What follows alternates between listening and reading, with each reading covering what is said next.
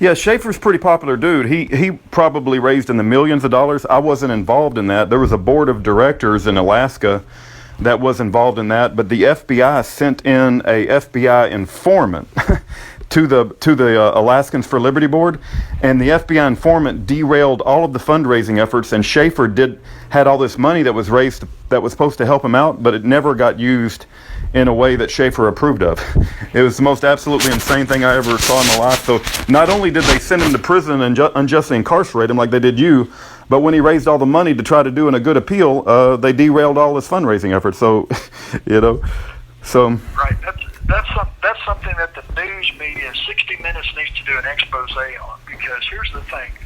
I need to probably create a letter that everybody that you have on your program can get to send out to anybody that they contact that says, I hereby affirm that I am not a government employee, not affiliated with any government agency, not a snitch, not involved in any way in surveilling you or doing anything to derail your efforts, and have everybody that these political prisoners communicate with sign that before they talk to them, because I guarantee you,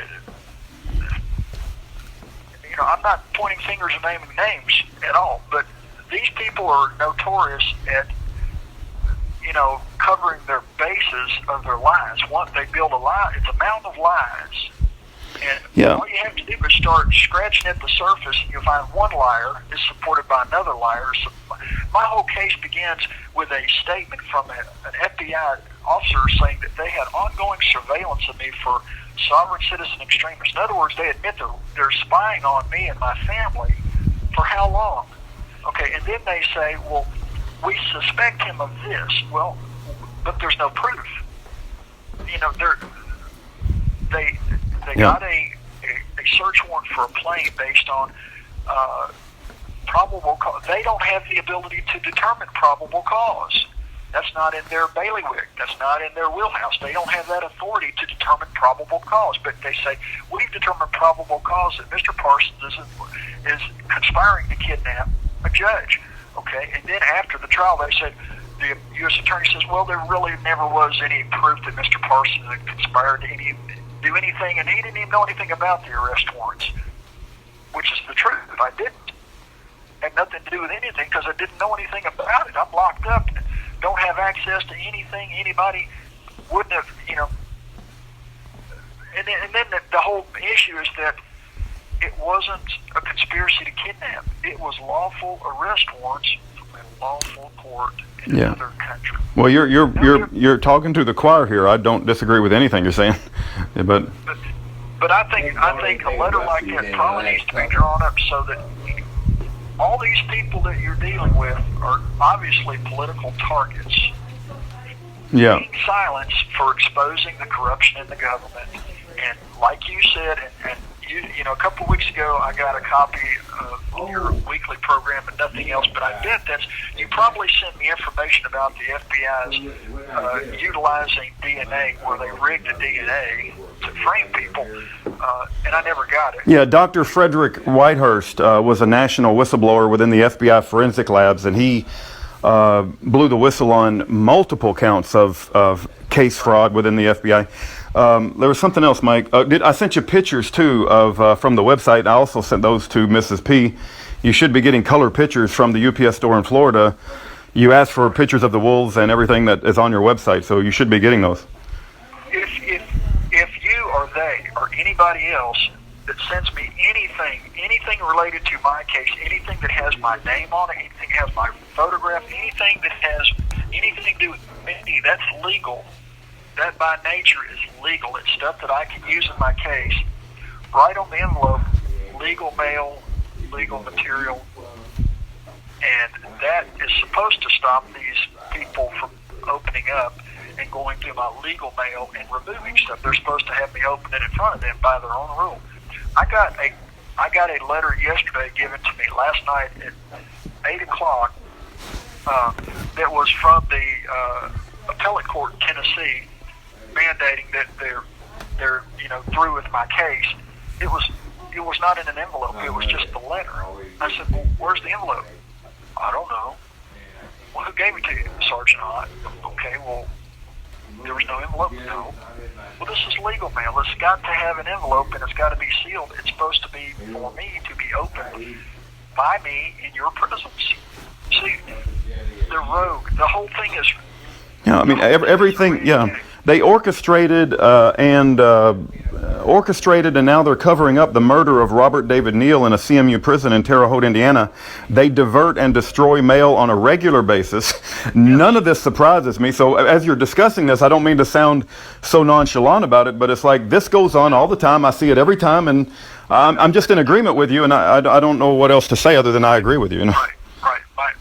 I know that my statements are for anybody listening to this that just now is tuning in that doesn't know what's going on. Yeah.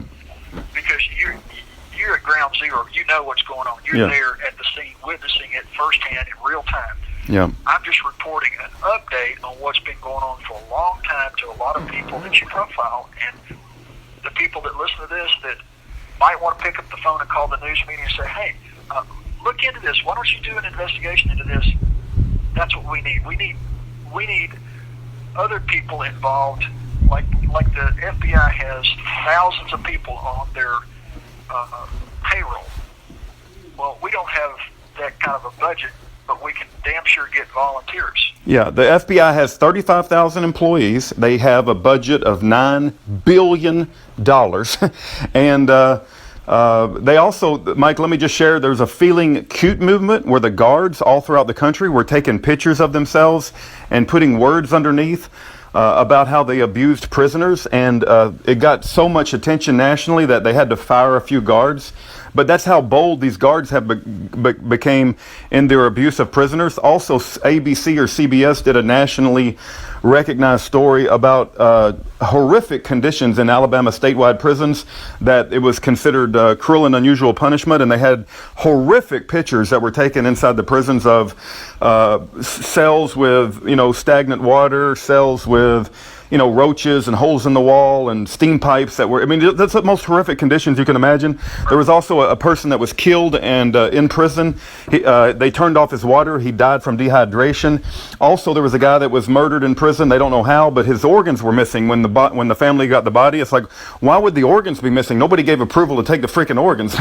So they passed a law in the state of Tennessee, and the federal government has passed a law federally that if you're in custody, they can extract your organs. And what they're doing, there's a black market. They're selling your organs. What they're doing here is the Chinese model. Yeah. They are slowly converting this country into the Chinese model where there are no rights. You basically have a profile code. That's why they want your Facebook. Before you get a visa now, you got to give your social media information. They want to profile you just like they're doing in China, and you get a ranking. And if you're pro-government and you submit and do whatever they tell you to, you get access to go anywhere you want to. You're not restricted. They don't bother you. But if you're critical of government in any way, shape, or form, you get the treatment. Yeah. And that's what's going on right now here. It's already happening in Omaha, Nebraska. That's ground zero for socialism 101. It's Marxist to the core.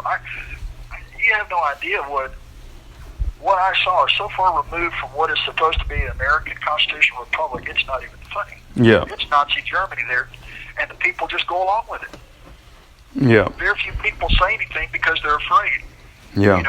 They have the boys' town where they're elected officials are there to go take their sex slaves. Right. The Franklin cover-up. The Franklin cover-up. We got a guy, and that was John DeCamp who wrote that book. We got a guy in prison that's for 32 years that was actually writing about sexual abuse of children and satanic ritual abuse of children in a book called The Satanic Deception, which was a precursor to the Franklin cover-up. And he's been in prison for 32 years. There's no victim in his crime. It's conspiracy to murder. So they just said that he was trying to murder somebody, which is not true. But also, I need to let you know, if I try to send any prisoner a copy of Franklin Cover-Up by John DeCamp, they have that book banned in all prisons. You can't get that book to any prisoner. They just won't allow it to be sent into the prisons. Right. And the thing is that in the government's operation, they have what they call white hats and black hats. Okay. Are you familiar with the term? No. Okay. White hat is people that are actually like you and me, that are actually honest, straight-laced, want to do things the right way. We actually care. about people being good to one another, and the golden rule, treat your neighbor as yourself, so forth. Then you got the black hats. They'll do whatever they're told. They don't care about their neighbor. If they were told to shoot their fellow officer in the head right then for no reason, they would do it. They would follow orders, yeah. They're order followers. They are not moral people. They're evil people. Within the operations, they have white hats and black hats. Without saying BW's name, he would be a white hat. He was a victim, and he was basically helping to expose. Mm-hmm. So the contact that he had a contact. Mm-hmm. He was basically just a guy on the inside that was a whistleblower exposing what was going on, trying to make a positive difference, because he actually cares about people having individual liberty and the ability to self-govern, and going back to what was American Republic, which is based on Native American traditional values, independence, self-sufficiency, and self-governance. Take care of yourself. That's what 5-minute conversation we had, the things that I heard from him, the things he heard from me, resonated. Okay, we're on the same page. So even though we might have various other differences, his education level, his experience level is different than mine. At the core, we actually want what's right and good to happen. Yeah. But be that as it may, sometimes that gets lost in the mix. But just because someone might have communicated or whatever with a certain organization doesn't mean the entire organization is bad from top to bottom. Though it may appear to be, there are still good people within all these systems that would like to make a difference. They either just don't know how, or they're afraid, or whatever. That's a tough conversation, because the fruit of the FBI is absolutely wicked, and the people at the top are absolutely wicked.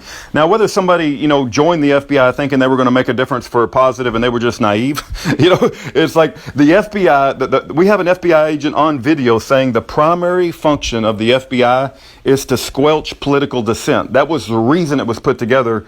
And if you go against the establishment, the FBI will use whatever means necessary to shut you up, whether it be by death by prison, or they'll just actually kill you, whether they have to frame you or whatever they got to do. Doesn't that sound like what they call it, the Nazi? The Gestapo, yes. The FBI is the Nazi Gestapo of America, no doubt about it. And as what I read, that it was actually you have 1 minute left. Bush's grandfather, who got the eugenics program going over there with Hitler, and basically they got Hitler in power. I was going to ask if someone can get me a copy of all the insurance companies. I can't tell who this insurance company is that had insurance on the plane, but if I can get a list of all the companies that insure aircraft for private aircraft owners, I need to find out that contact, and I need to write them, because I need to report that my plane's been stolen. Yeah. And, Steve Sweat apparently stole my plane, and although he had a loan, not secured by anything, it was just a loan with no security whatsoever in the plane, no interest in the plane. He stole it and sold it and pocketed the money. Wow. That's a crime. Yeah. It's going to be reported, but first I got to report it to the insurance company so I can try to make a claim. Photos of your website, including the wolves, as well as additional letters, are headed your way. I hope they make it to you. I never can predict what the mailroom allows. Thank you for using Securus. Allows Goodbye. All right, that's Mike Parsons, prisoner of war, American political prisoner. And every time he calls, a 15-minute phone call is anywhere from $4 to $7, plus there's fees, which the people who set up these satanic phone systems and just constantly suck money out of loved ones who want to talk to their prisoner friends, there's a especially hot place in hell for the prison phone system employees. Thank you for your time.